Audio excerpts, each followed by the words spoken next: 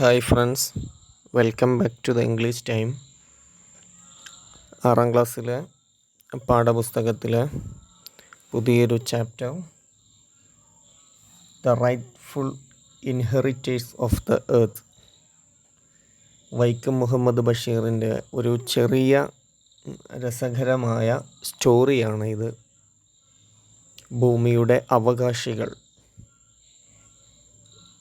Everyone is talented and has something to contribute to the society. നമ്മുടെ പാഠത്തിലേക്ക് കടക്കുന്നതിന് മുമ്പ് മുകളിലുള്ള സെൻറ്റൻസുകൾ, എല്ലാവരും കഴിവുള്ളവരാണ്. Everyone is talented. എല്ലാവരും കഴിവുള്ളവരാണ്. Has something to contribute to the society. സമൂഹത്തിന് വേണ്ടി ആ കഴിവുകളെ ഉപയോഗപ്പെടുത്തി എന്തെങ്കിലും സംഭാവന ചെയ്യാറുണ്ട്, അതിനുവേണ്ടി ശ്രമിക്കാറുണ്ട്. Man is always in the company of animals, birds, insects and often share his thoughts, concern, doubts and frustration with them. മനുഷ്യന് ഒരു സാമൂഹിക ജീവിയാണല്ലോ, ഒരു സോഷ്യൽ അനിമലാണ്. അവന് നിലനിൽക്കാൻ മൃഗങ്ങളുടെയും പക്ഷികളുടെയും പ്രാണികളുടെയും സാമീപ്യം അനിവാര്യമാണ്. നമ്മുടെ ഈ വൈക്കം മുഹമ്മദ് ബഷീറിൻ്റെ let's read and enjoy a short story by Vaikom Muhammad Basheer. ഇതിലൂടെ അതാണ് പഠിക്കുന്നത്. അപ്പോൾ the rightful inheritors of the earth, ഭൂമിയുടെ അവകാശികൾ, വളരെ രസകരമായ ഒരു സ്റ്റോറിയാണ്. നമുക്ക് പാഠത്തിലേക്ക് കടക്കാം. When I become the owner of a teeny little piece of this wide earth, I felt very happy. ഈ വലിയ വിശാലമായ ലോകത്ത് ചെറിയൊരു പുരയിടത്തിൻ്റെ അവകാശിയായപ്പോൾ എനിക്ക് അതിൽ വലിയ സന്തോഷം തോന്നി. I felt very happy. എനിക്ക് വലിയ സന്തോഷം തോന്നി. It was A 2 acre plot with coconut palms and old house were we could live. അവിടെ ഒരു 2 ഏക്കർ സ്ഥലമുണ്ട്. ആ 2 ഏക്കർ സ്ഥലത്തിൽ ഒരു പഴയ വീടും തെങ്ങും തോപ്പുമാണുള്ളത്. Those were the days when the price of coconut was going up. Those were the days, ആ സമയങ്ങളിൽ, ആ ദിവസങ്ങളിൽ, ആ കാലങ്ങളിൽ, when the price of coconut was going up, തേങ്ങയ്ക്ക് വില കൂടി വരികയാണ്. തേങ്ങയ്ക്ക് വില കൂടി വരുന്നൊരു കാലമായിരുന്നു. I was in high spirits at the thoughts of the palm laden with coconuts. അങ്ങനെ ആ വില കൂടി വരുന്ന കാലമായതുകൊണ്ട് തന്നെ നിറയെ കഴിച്ചു നിൽക്കുന്ന തെങ്ങുകളിലേക്ക് നോക്കുമ്പോൾ തന്നെ എല്ലാവരുടെയും മുഖം ഇങ്ങനെ സന്തോഷം കൊണ്ട് ഇങ്ങനെ പ്രകാശിക്കുന്നത് കാണാൻ കഴിയും. സന്തോഷം കൊണ്ട് പ്രകാശിക്കും. Palms, but then came the trespassers. അപ്പോഴാണ് അവിടെ ചിലർ കടന്ന് കയറിയത്. ആരാണത്? They did not care about the fence we had put up at the boundary. പുരയിടത്തിന് ചുറ്റും വേലി കെട്ടിയതൊന്നും വകവെക്കാതെയാണ് അവരുടെ കടന്നുവരവ്, അവരുടെ വരവ്. Moreover, they did not seem to be at all afraid of my watchdog Shan.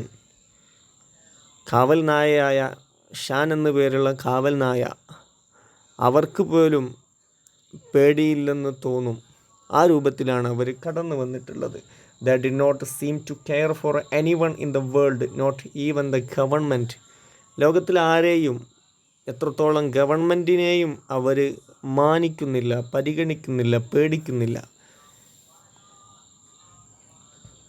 The first arrivals were birds and butterflies. പക്ഷികളും ചിത്രശലഭങ്ങളുമായിരുന്നു ആദ്യം അവിടെ എത്തിയത്.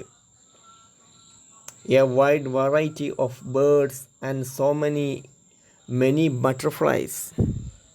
എത്രയെത്ര വ്യത്യസ്തങ്ങളായ പക്ഷികളാണ്, എത്രയെത്ര ചിത്രശലഭങ്ങളാണ്. Perched on the bush, the birds chirped on and on. പക്ഷികൾ വൃക്ഷക്കൊമ്പുകളിൽ ചെന്ന് ഇരിക്കുകയും ചെടികളിലും ഒക്കെ വന്നിരുന്നു കൊണ്ട് അവരിങ്ങനെ ശബ്ദമുണ്ടാക്കുകയാണ്.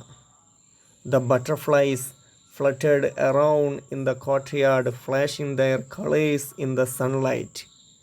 ചിത്രശലഭങ്ങൾ പല നിറങ്ങളിലായി ആ പ്രകാശിച്ചു കൊണ്ടിരിക്കുന്ന വെയിലിൽ മുറ്റത്ത് പറന്നിങ്ങനെ നടക്കുന്നു, പറക്കുന്നു. Then came the crows. അപ്പോഴാണ് കാക്കകൾ വന്നത്. Their raucous cawing was unbearable than the rackets of the other birds. കാക്കകൾ വന്നു. അവരുടെ ഈ കരച്ചിൽ, കാക്കകളുടെ കരച്ചിൽ മറ്റു പക്ഷികളുടേതിനേക്കാൾ ലേശം അസഹനീയമായിട്ടാണ് തോന്നിയിട്ടുള്ളത്. But the worst was that they missed no chance to swoop down on our hens and chicks. അത് മാത്രമല്ല, കോഴികളെയും കുഞ്ഞുങ്ങളെയും കൊത്തിക്കൊണ്ടുപോകാനുള്ള ഒരു അവസരവും കാക്കകൾ പാഴാക്കുന്നുമില്ല. എല്ലാ അവസരം നോക്കി അവർ തക്കം പാർത്തിരിക്കുകയാണ്. Next to arrive were the hawks, birds that perched on our coconut palms. അടുത്തതായി വന്നത് പരുന്തുകളാണ്. അവർ തെങ്ങോലയിൽ വന്നിരുന്നു. However, while they sat in higher plains, അവരിങ്ങനെ ഉയരങ്ങളിലാണ് ഇരിക്കുന്നത് എങ്കിലും, വളരെ ഉയരത്തിലാണ് അവർ ഇരിക്കുന്നത് എങ്കിലും, their aims were just as low down in the dust. അവരുടെ കണ്ണ് ഇങ്ങ് താഴെ മണ്ണിലാണ്. അവരിങ്ങനെ അടിയിൽ ശ്രദ്ധിച്ചു കൊണ്ടിരിക്കുകയാണ്. The hawks and the crows had the same agenda while they watched and waited. പരുന്തുകളുടെയും കാക്കകളുടെയും ലക്ഷ്യം ഒന്ന് തന്നെയാണ്. അവർ താഴേക്ക് നോക്കിയിരിക്കുന്നത് അവരുടെ ഒരേ ലക്ഷ്യത്തിന് വേണ്ടിയിട്ടാണ്. അവസരം കിട്ടിയാൽ വേട്ടയാടുക എന്നുള്ള, കോഴിക്കുഞ്ഞുങ്ങളെയൊക്കെ പിടിക്കുക എന്ന ലക്ഷ്യമാണ് അവർക്കൊക്കെ ഉണ്ടായിരുന്നത്. എന്നാൽ ഇവർ മാത്രമായിരുന്നില്ല.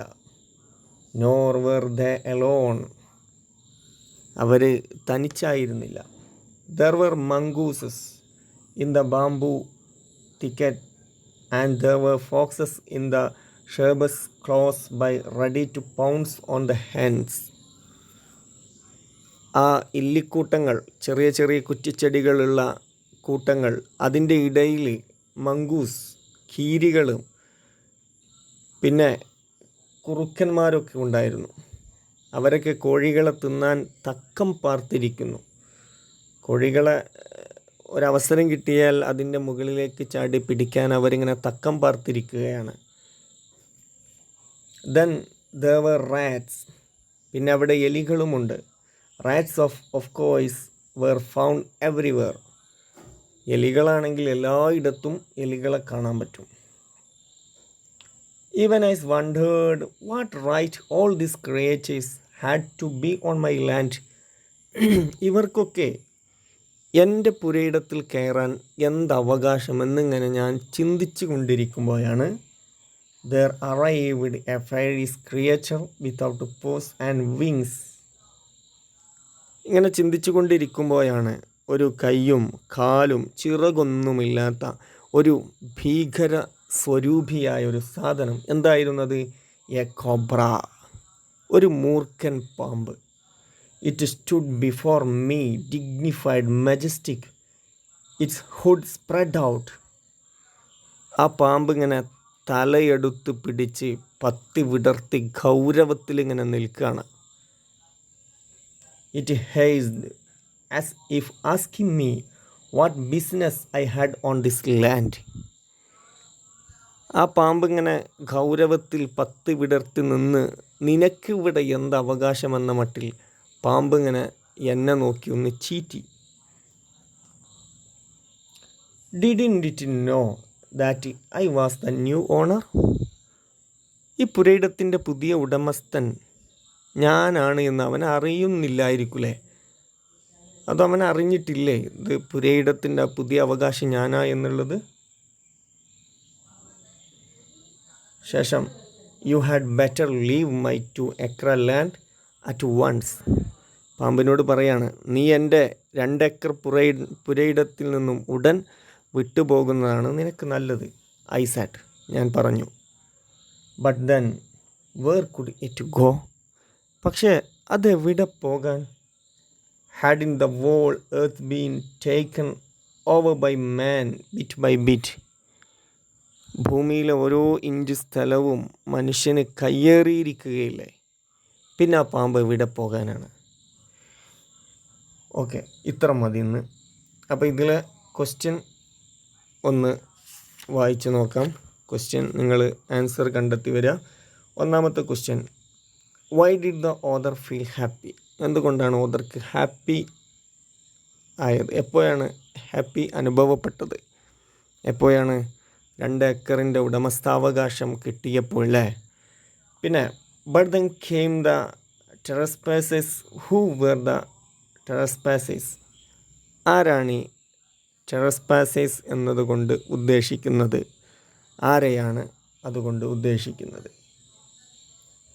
അതിൻ്റെ അർത്ഥം അറിയില്ലേ? നിയമവിരുദ്ധമായി അതിക്രമിച്ച് കയറുന്നവർക്കാണത് പറയട്ടോ. ഇതിലുള്ള വേർഡ്സ് മീനിങ്സ് പറഞ്ഞാൽ ആദ്യം,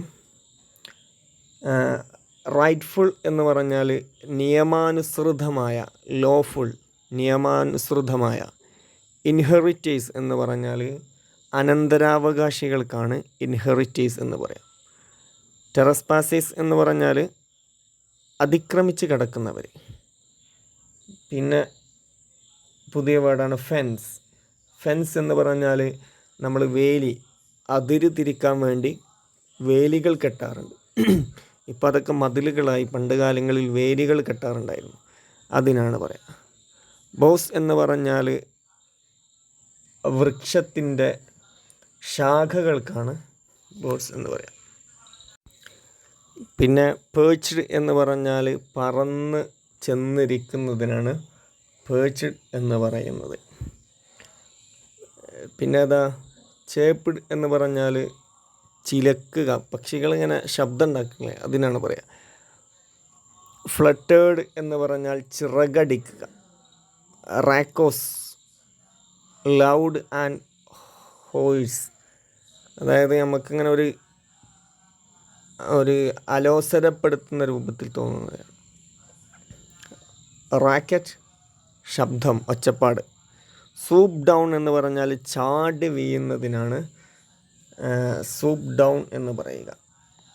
സൂപ്പ് ഡൗൺ. പിന്നെ ഹാക്ക് എന്ന് പറഞ്ഞാൽ പരുന്ത്. മംഗൂസ് കീരി.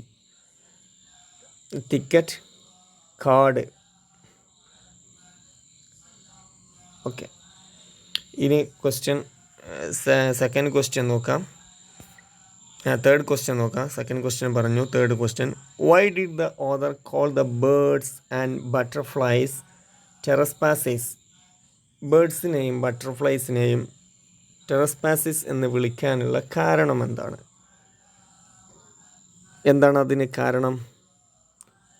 അവർ ഓദറുടെ 2 ഏക്കർ ഭൂമിയിലേക്ക് പെർമിഷൻ ഇല്ലാതെ പ്രവേശിച്ചു, അതുകൊണ്ടാണ് അവരങ്ങനെ വിളിച്ചത്. Next question number 4, which words are used by the other to describe the cobra? കോബ്രയെ വിശേഷിപ്പിക്കാൻ വേണ്ടിയിട്ട് ഓദർ ഉപയോഗിച്ച പദം ഏതാണ്? അത് ടെക്സ്റ്റിൽ കൊടുത്തിട്ടുണ്ട്. അതിൻ്റെ ആ രംഗവും, അത് ഓദർക്ക് നേരെ കാണിച്ചിട്ടുള്ള ആ രംഗവും കൂടി എഴുതുക ഇതിൽ. Fifth question, but where could it go? Why did not the cobra go to some other place? പക്ഷെ അതിനെവിടെ പോകാൻ കഴിയും? എന്തുകൊണ്ടാണ് കോബ്രയ്ക്ക് മറ്റുള്ള ആളുകളുടെ സ്ഥലത്തേക്ക് പോകാൻ കഴിയാത്തത്? മറ്റു സ്ഥലങ്ങളിലേക്ക് എന്തുകൊണ്ട് പോകാൻ കഴിയുന്നില്ല എന്നുള്ള ചോദ്യം. എന്തുകൊണ്ടാണ്? എല്ലാ സ്ഥലവും മനുഷ്യർ കയ്യേറിയിരിക്കുകയാണ്. കോബ്രയ്ക്ക് പ്രത്യേകമായൊരു സ്ഥലമില്ല. ഓക്കെ, ഈ 5 ക്വസ്റ്റ്യൻസിൻ്റെ ആൻസർ എഴുതി വിട്ടുതരാം. ഇതിൽ കിട്ടാത്ത വാക്കുകളൊക്കെ എഴുതി വെക്കാം. മീനിങ് കണ്ടെത്തുക. കിട്ടാത്ത വാക്കുകളുണ്ടെങ്കിൽ അത് ചോദിക്കുക. Okay, thank you very much.